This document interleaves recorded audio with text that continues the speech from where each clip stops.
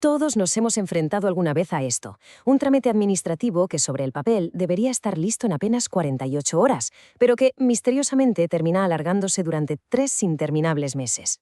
Bueno, hoy vamos a desglosar exactamente por qué ocurre esto en Bolivia. Y lo vamos a hacer basándonos pura y exclusivamente en los datos, haciendo un diagnóstico objetivo de la raíz de todas estas demoras. La gran pregunta que salta a la vista es la siguiente. ¿Ese proceso eterno es pura ineficiencia o, por el contrario, estamos ante un diseño absolutamente deliberado? Es decir, un obstáculo creado artificialmente para funcionar como una especie de peaje. Porque seamos sinceros, en muchas ocasiones la línea que separa el simple papeleo del soborno es tan, pero tan fina que acaban pareciendo exactamente lo mismo.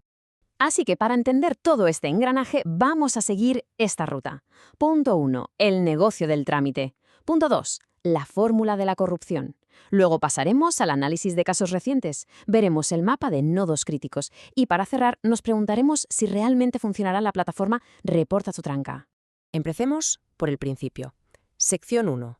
El negocio del trámite. La burocracia entendida como un peaje institucional. Fijaos en esto porque es clave. Históricamente, estos famosos cuellos de botella administrativos no son simples errores del sistema, son de hecho características del mismo. El concepto fundamental aquí es lo que llamamos escasez artificial. Esa tranca o traba no es solo lentitud, es un mecanismo brutal que restringe a propósito el tiempo y la legalidad. Al generar esa escasez, de repente el funcionario adquiere un poder de negociación enorme, lo que permite cambiar rapidez por sobornos o favores.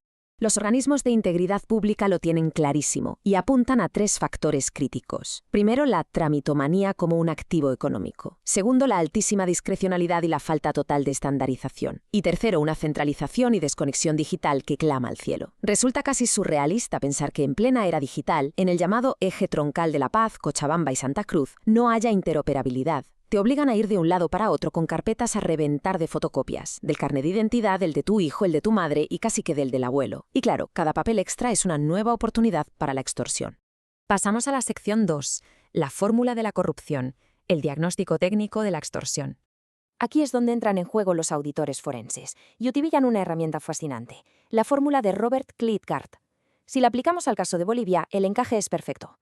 Fijaos bien, corrupción es igual a monopolio más discrecionalidad menos rendición de cuentas.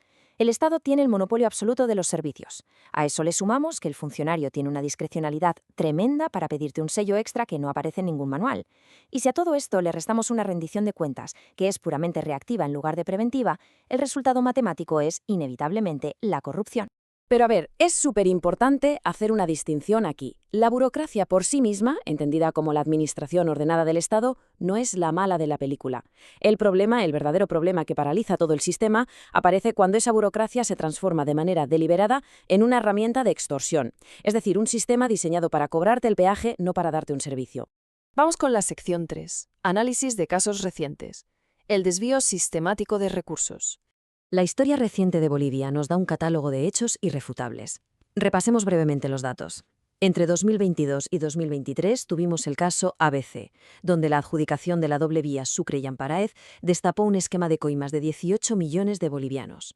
Luego, a inicios de 2025, el escándalo de derechos reales en Santa Cruz dejó clarísimo que si no hay auditorías constantes, la manipulación informática para alterar registros es el pan de cada día. Y, por supuesto, ese mismo año, la crisis en YPFB, con la intervención por el desvío masivo de combustible. Al final, el patrón es evidente. Donde hay controles opacos, florecen redes paralelas de poder. Para poner todo esto en perspectiva y entender la magnitud del problema, hablemos de cifras. 1.000 millones de dólares. Ese es el brutal daño económico anual calculado por el desvío ilícito de casi el 25% del combustible importado en la crisis de YPFB. Es una cantidad literalmente astronómica que nos demuestra cómo los sistemas opacos causan un agujero financiero gigantesco. Entramos en la sección 4. Mapa de nodos críticos. Las entidades bajo auditoría forense. Entonces, ¿dónde están exactamente esos cuellos de botella? Según las auditorías forenses, hay varios epicentros de riesgo institucional.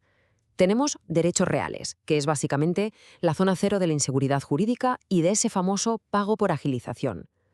Luego están YPFB y la Agencia Nacional de Hidrocarburos, con áreas de altísima discrecionalidad en contratos y subvenciones. También destacan los municipios del eje troncal, donde los retrasos infinitos en catastro y urbanismo se usan a diario como moneda de cambio. Y por último, las llamadas empresas zombie, como quipus o yacimientos de litio bolivianos, que mantienen unas estructuras pero tan pesadas que fiscalizar sus activos es una misión casi imposible. Y llegamos a la sección 5. ¿Funcionará Reporta tu Tranca? Evaluando la nueva herramienta digital. Para hacer frente a toda esta metástasis institucional, el Gobierno ha lanzado una plataforma digital de denuncias. Pero claro, si miramos lo que ha pasado en el resto del mundo, la lección es dura. Por ejemplo, en India, con una iniciativa muy similar, vimos que estas plataformas son geniales para dar visibilidad al problema, pero no sustituyen de ninguna manera la justicia. En cambio, modelos como el de Corea del Sur o Estonia nos enseñan que el verdadero antídoto es la digitalización total. Si no eliminas el contacto humano en los trámites rutinarios y no automatizas la estructura, simplemente mapear las quejas se quedan muy corto. Por eso, los organismos de integridad advierten que hay 3 pilares innegociables para que esto no sea un simple lavado de cara. Número 1. Simplificación administrativa. Si alguien reporta una traba, la solución tiene que ser eliminar de cuajo ese requisito obsoleto, no solo decirle al funcionario que se dé prisa. Número 2. Transparencia presupuestaria. Y número 3. Independencia en la sanción, para garantizar que el control sobre los infractores sea puramente técnico y objetivo. Pensadlo de esta manera. La burocracia es como el cuerpo del Estado, pero la corrupción es el virus que lo paraliza por completo. La tecnología y las plataformas de denuncias pueden actuar como un buen desinfectante superficial, sí, pero la curación real y profunda exige pasar por el quirófano de la simplificación administrativa. Menos pasos, menos sellos y, sobre todo, muchísima menos intervención humana.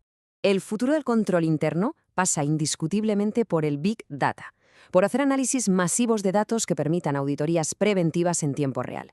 Y algo fundamental, hay que conectar esto directamente con la Contraloría General del Estado. Su misión es generar confianza a través de la supervisión, y este salto tecnológico permitiría sustituir esos controles totalmente obsoletos de la ley SAFCO. Tenemos que pasar de una cultura reactiva, de simplemente castigar cuando el daño ya está hecho, a construir una auténtica defensa estructural.